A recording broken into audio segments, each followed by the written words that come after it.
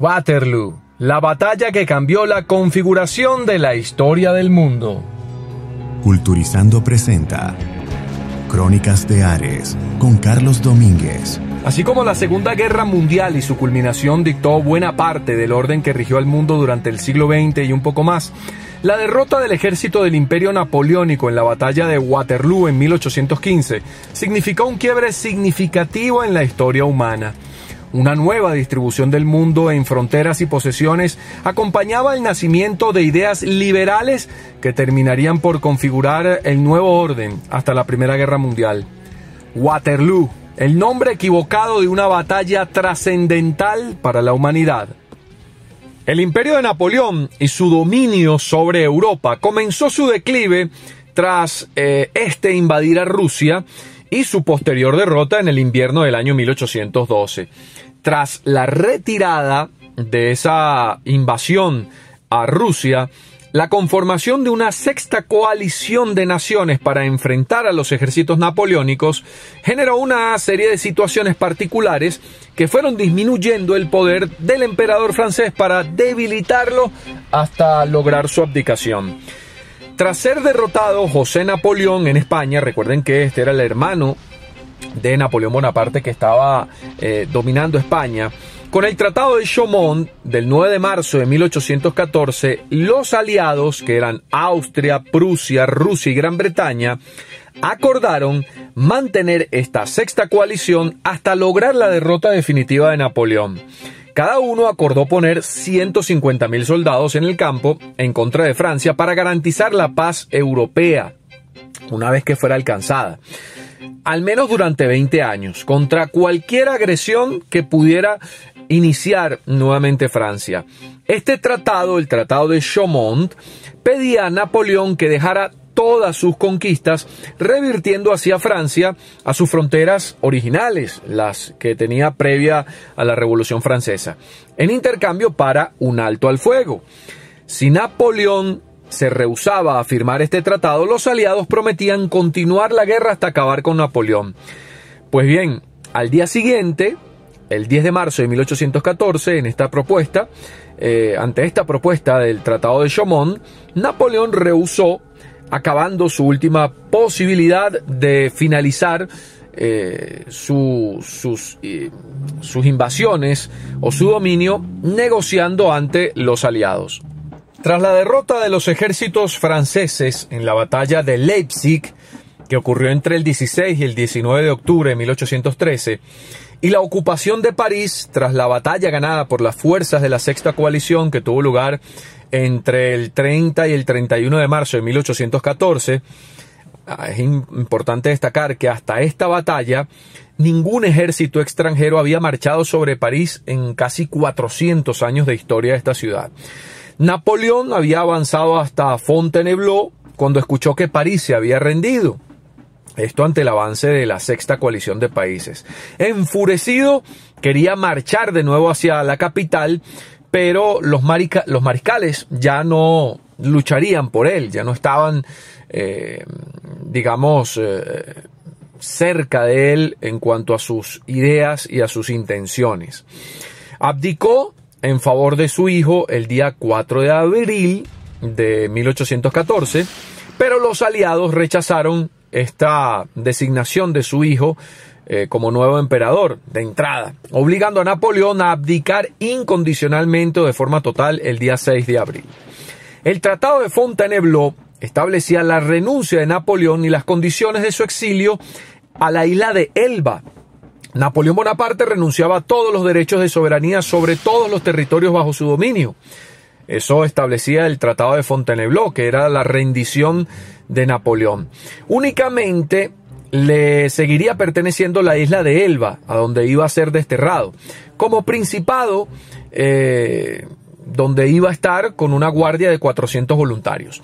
La emperatriz María Luisa, esposa de Napoleón, recibiría los ducados de Parma, Plasencia y Guastalla, que a su muerte pasarían a su hijo, a Napoleón II. Tanto Napoleón como los miembros de su familia conservarían sus títulos nobiliarios. Sus familiares conservarían sus bienes privados, pero los bienes que el emperador mantuviera en Francia serían devueltos a la corona francesa. Las tropas polacas al servicio de Francia quedarían libres para poder regresar a Polonia. Estos eran, en líneas generales, los términos del Tratado de Fontainebleau, que más o menos revelaba o establecía las condiciones de la derrota de Napoleón ante la Sexta Coalición de Países. El tratado fue ratificado por el propio Napoleón 2 días después de la redacción, el 13 de abril de 1814. El 20 de abril salió Napoleón de Fontainebleau y el 28 se embarcó en Frejus en una fragata inglesa con dirección a la isla de Elba, donde permanecería retirado hasta el 26 de febrero del año siguiente. Estas fueron las condiciones previas al destierro de Napoleón una vez derrotado en París el emperador francés. Los vencedores, los conformantes de la Sexta Coalición, preferían aplicar mano dura con el emperador francés. Incluso algunos abogaron por la muerte de Napoleón. Sin embargo, el temor a convertirlo en una especie de mártir les hizo optar por una solución más indulgente, que fue mandarlo a la isla de Elba. Incluso darle prácticamente el gobierno de esa isla. A pesar de ser nominalmente su soberano de la isla de Elba, Napoleón estaba vigilado por cientos de espías y por el gobernador de la isla. Además, vio con mucha amargura cómo algunos de sus amigos, a los que él había ennoblecido en su momento, le traicionaron y juraron lealtad a los Borbones, reinstaurados ya de nuevo en el trono francés. Tampoco su familia ayudó demasiado a Napoleón. Josefina, su primera mujer, falleció sin que Napoleón pudiera ir a su entierro, y su segunda esposa, la popular María Luisa, no quiso acompañarle en el exilio. Tampoco su hijo, Napoleón II, ni su hermano José pudieron visitarle en la isla de Elba. En Francia la derrota no había traído, sin embargo, la paz interna. La derrota de Napoleón. El nuevo rey había jurado la Constitución, pero tanto él como la vieja aristocracia y la Iglesia trataban de recuperar sus antiguos privilegios, los privilegios que tenían antes de la Revolución Francesa. Obviamente se toparon con la oposición de casi toda la burguesía, el campesinado, el ejército y todos los sectores que la Revolución de 1789 había beneficiado. No se podía volver atrás en el tiempo como si nada hubiera pasado.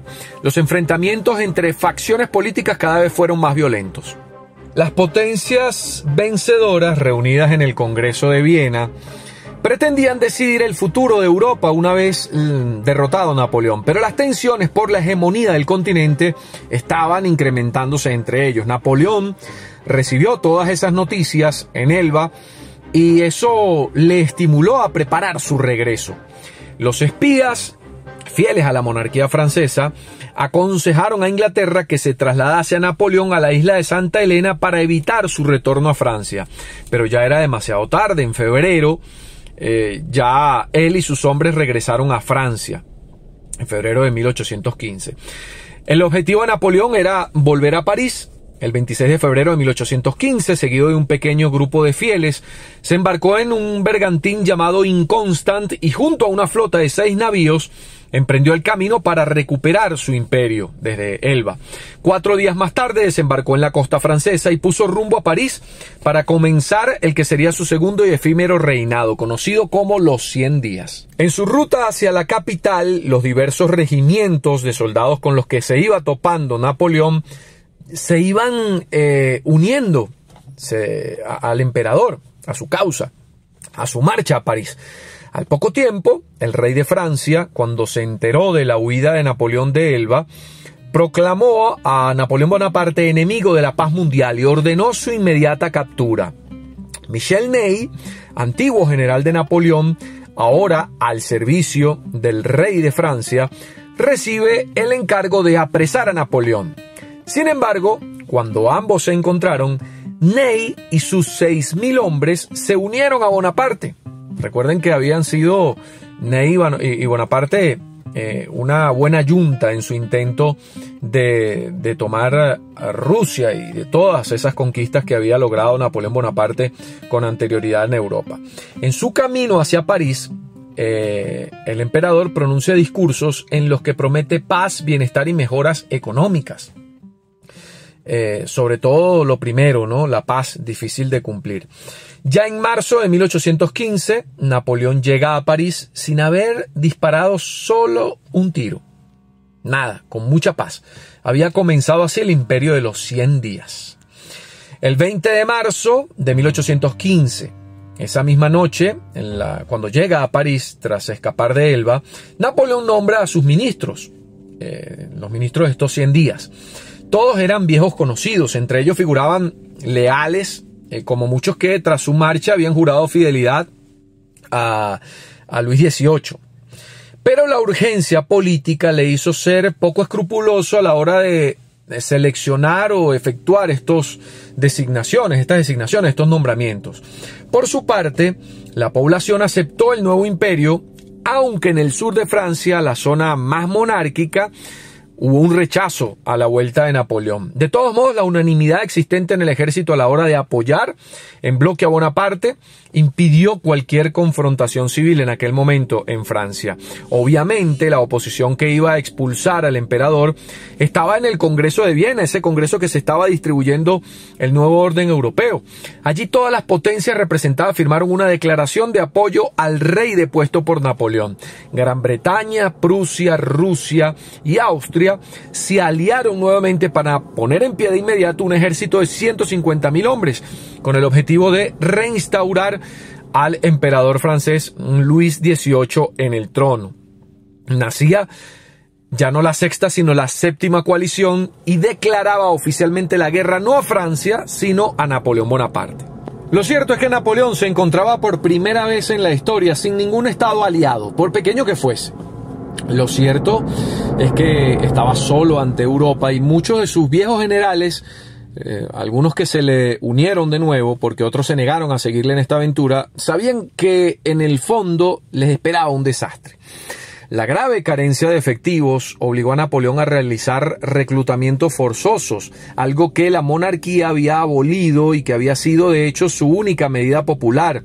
Eso de los reclutamientos. Fueron llamados a filas los veteranos y ante la inminencia del estallido bélico también el reemplazo de estos en 1815. A pesar de ello, logró armar un ejército motivado, entregado a él y enteramente francés.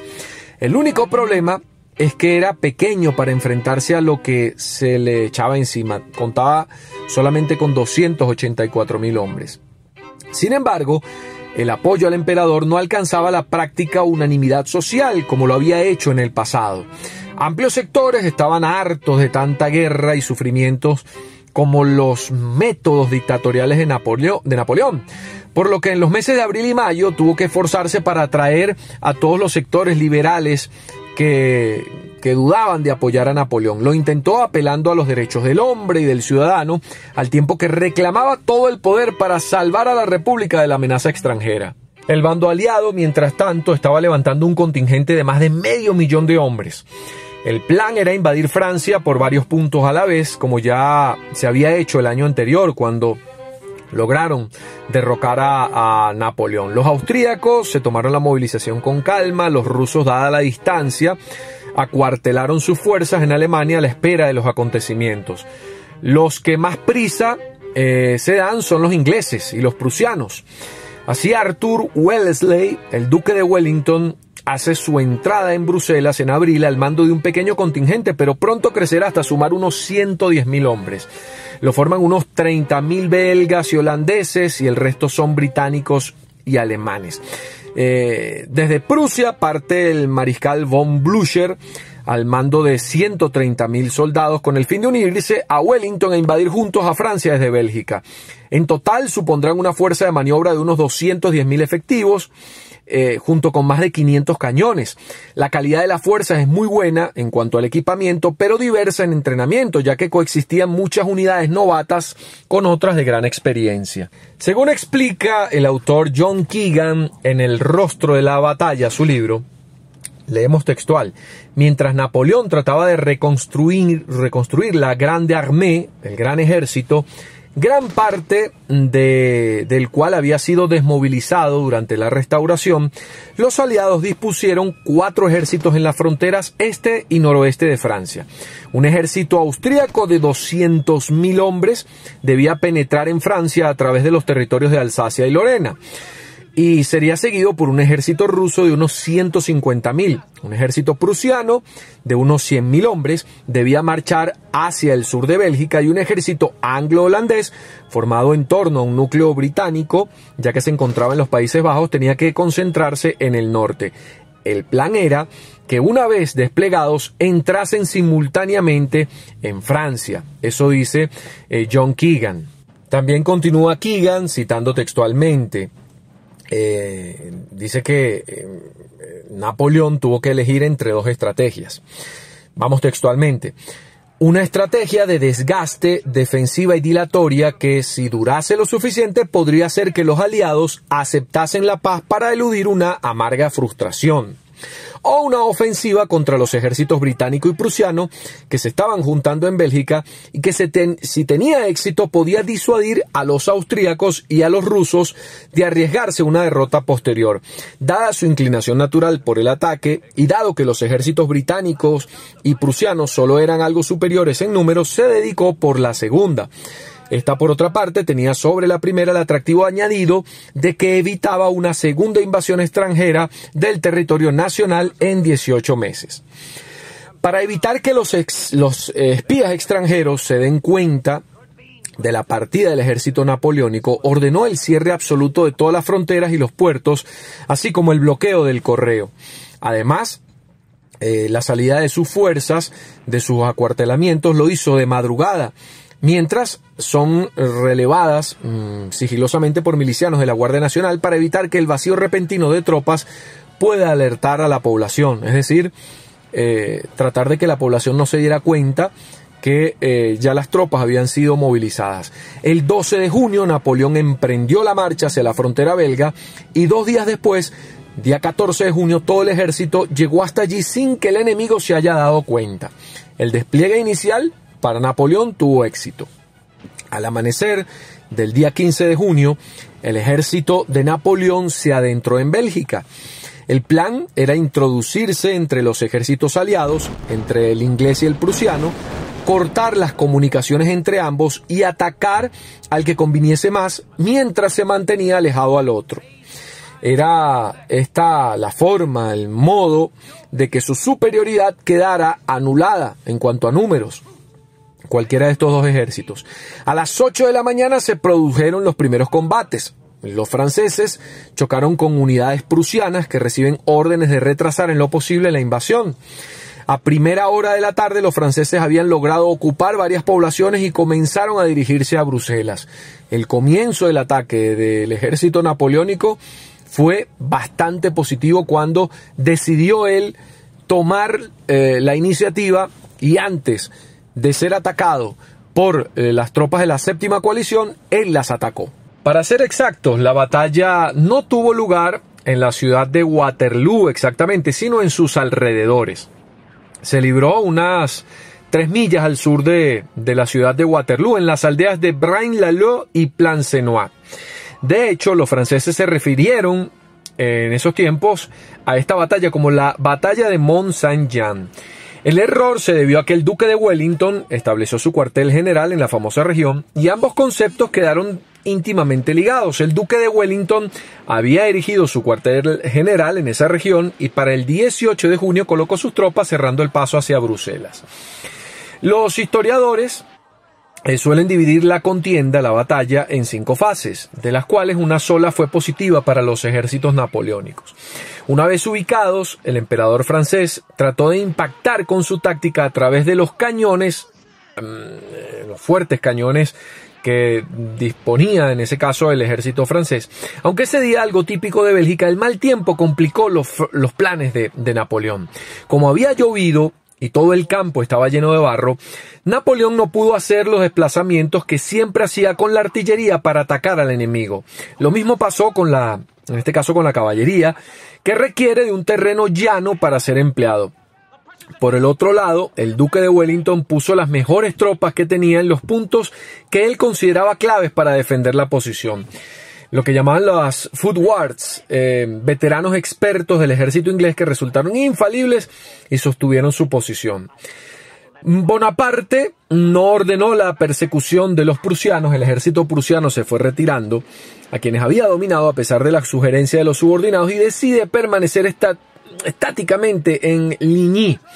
Muchos historiadores militares se han extrañado ante esa especie de letargo que se apoderó del emperador esa mañana, donde perdió un tiempo precioso, unas 7 horas, antes de emprender la marcha. No hay explicación, pero todos coinciden en que esto permitió al duque de Wellington desplegarse en Waterloo con toda la comodidad. Debido a lo tarde que partieron el día anterior, las tropas de Napoleón van llegando al campo de batalla de Waterloo a lo largo de toda la noche e incluso de la madrugada del día 18, sin tener tiempo suficiente para descansar. Muchas unidades llegaron agotadas, no tenían servicios de suministros, por lo que tienen que quedarse ahí sobre el barro. Recuerden que estaba lloviendo mucho, sin fuego para calentarse, calados hasta los huesos del frío y sin probar comida. Cuando amanece el domingo 18 ya están los dos batallones, 18 de junio están los dos batallones frente a frente, el del duque de Wellington, que tiene 67.000 hombres, británicos, alemanes, belgas, holandeses, con 12.000 jinetes y 156 cañones. Están descansando sus posiciones sobre unas lomas que los sitúan 40 o 50 metros sobre la explanada en la que está el ejército francés. Está muy cerca. Delante de sus líneas, Wellington fortificó varias granjas que los franceses tuvieron que asaltar antes de atacar las posiciones de Wellington. Sin embargo, la verdadera ventaja que tenía Wellington es que tras esa cresta de colinas, donde estaban las líneas defensivas, había una meseta con una pendiente hacia abajo que permitía que las reservas quedaran a salvo de los observadores franceses y de su artillería. Es decir, los franceses no sabían que detrás de las tropas que estaban enfrente había una reserva. Y con ello aparentaba obviamente tener menos hombres de los que tenía. La idea era sencilla: esperar a que Napoleón atacara, desgastarlo y resistir hasta que llegaran los refuerzos prusianos. Napoleón, por su parte, sabe que tiene que asumir la iniciativa. El tiempo es oro, pues, tiene menos tropas, así que mientras más rápido actúe mejor.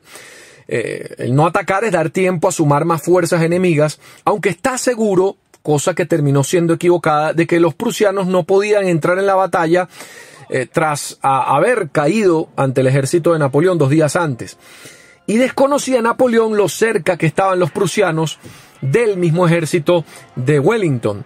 No ataca hasta que las tropas llegaron de madrugada, descansaron y el terreno se secara lo suficiente como para permitir el avance de los hombres, caballos y cañones. Hasta eso tuvo que esperar Napoleón para poder atacar. Años más tarde, en Santa Elena, Napoleón maldijo la tormenta de aquella noche. Le impidió atacar de madrugada, lo que posiblemente le habría dado el tiempo necesario para vencer a los ingleses antes que llegasen los prusianos. Su ejército lo formaban 74.000 soldados, de los que 16.000 eran de caballería y tenía 256 cañones. Todo eso estaba a la vista del duque de Wellington. Pues la idea de Bonaparte fue atacar frontalmente, confiando en la pericia y el valor de su infantería, pero hubo un problema. En ninguna de sus anteriores batallas había tenido que actuar en un frente tan reducido. O sea, el lugar de batalla era de solo 5 kilómetros, lo que dificultó su movilidad. El escenario del choque fue bien elegido por el duque de Wellington, esa zona justo cerca de Waterloo. Sus generales, veteranos de la guerra en España, advirtieron el riesgo y de lo bien entrenados que estaban los británicos. Le dijeron al emperador Napoleón, pero él insistió en que Wellington era un mal general y que en la infantería inglesa no sería rival. En unas horas terminó dándose su error. Dice John Keegan: Napoleón estaba seriamente comprometido en 2 frentes, y el avance de los prusianos le amenazaba con dejarle rodeado.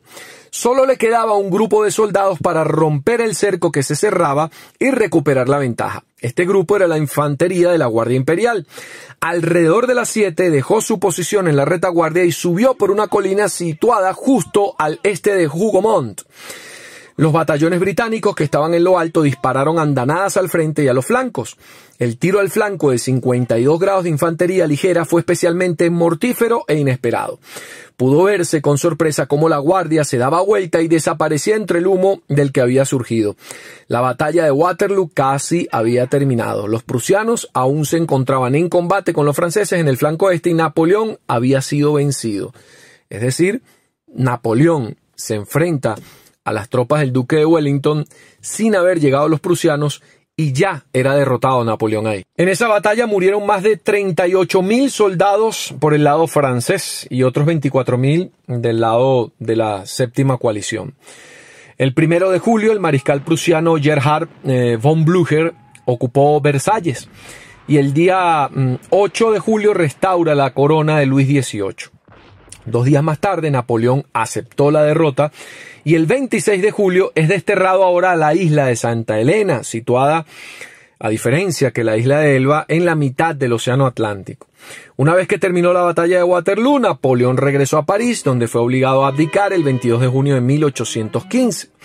Posteriormente huyó a la ciudad costera de Rochefort, donde se subió a un buque con el objetivo de llegar hasta los Estados Unidos. Así lo confirmó un pariente suyo en una carta de esa época. Sin embargo, como él no quería pasar por la vergüenza de ser atrapado por los buques ingleses escondido en la bodega de un barco, terminó rindiéndose a los británicos el 15 de julio de 1815. 3 meses después fue desterrado a Santa Helena, donde vivió durante 6 años hasta que falleció. A ver, las consecuencias de esta batalla. Terminó con la hegemonía militar de Francia en Europa, significó obviamente el ocaso de Napoleón Bonaparte. Esta derrota de Napoleón en Waterloo permitió que el acta final del Congreso de Viena, suscrita días antes de la batalla, fuera llevada a efecto sin interferencias. No en vano, las grandes potencias impusieron a Francia un nuevo tratado en noviembre de 1815 como consecuencia de todo lo que ocasionó esa resurrección napoleónica, estableciendo un pago de indemnizaciones por 700 millones de francos que fueran abonados en 5 años. Esto a Francia, fijando guarniciones de la séptima coalición en todo el norte y el este del territorio francés e imponiendo a Francia las mismas fronteras que en el año 1792, es decir, antes de la Revolución. El final de las guerras napoleónicas trazó un nuevo mapa en Europa que restableció algunas fronteras a su estado de 20 años atrás, obviamente como el caso de Francia. Otro de los derrotados de la guerra, por ejemplo, el Reino de Dinamarca, perdió Noruega en castigo por su apoyo a la Francia napoleónica para ser anexionada a Suecia, formando la Unión Sueco-Noruega que existió hasta el año 1905. Por su parte, otras naciones vencedoras como Rusia, se anexionó la mayor parte de Polonia, el Ducado de Finlandia y la región de Besarabia. Consiguieron aumentar notablemente su territorio. Austria recuperó sus posesiones en los Balcanes, como el Tirol, Lombardía, el Véneto y Dalmacia. El Reino Unido se quedó con la estratégica isla de Malta, se quedó con Sri Lanka y la colonia del Cabo, lo que le garantizó el control de las rutas marítimas en el Atlántico, en el Mediterráneo y en el Océano Índico. La guerra tuvo un cambio reseñable a largo plazo en el mapa de Europa, con ellos los futuros acontecimientos del continente, como por ejemplo el desarrollo de la Confederación Alemana. Bajo la presidencia de la Casa de Austria, 39 estados alemanes se establecieron en una confederación donde Prusia fue conquistando poco a poco el poder hasta desplazar a Austria del timón durante la Guerra Austro-Prusiana de 1866. Luego, el 10 de diciembre de 1870, la Confederación pasó a designarse Imperio Alemán y le dio el título de emperador alemán al rey de Prusia.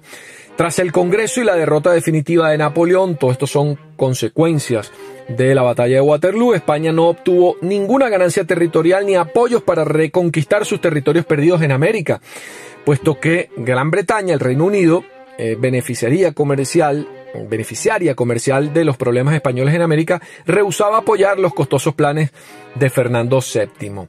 Así pues, la batalla fue bautizada por el duque de Wellington como la batalla de Waterloo tras la victoria, al encontrarse con el mariscal Gerhard von Blücher en lo que había sido el cuartel general de Napoleón. Blücher sugirió darle el nombre de dicho campamento la Belle Alliance, Pero el duque insistió en mantener su propia tradición. Las batallas debían llevar el nombre del lugar donde se había pasado la vigilia, y este lugar era Waterloo.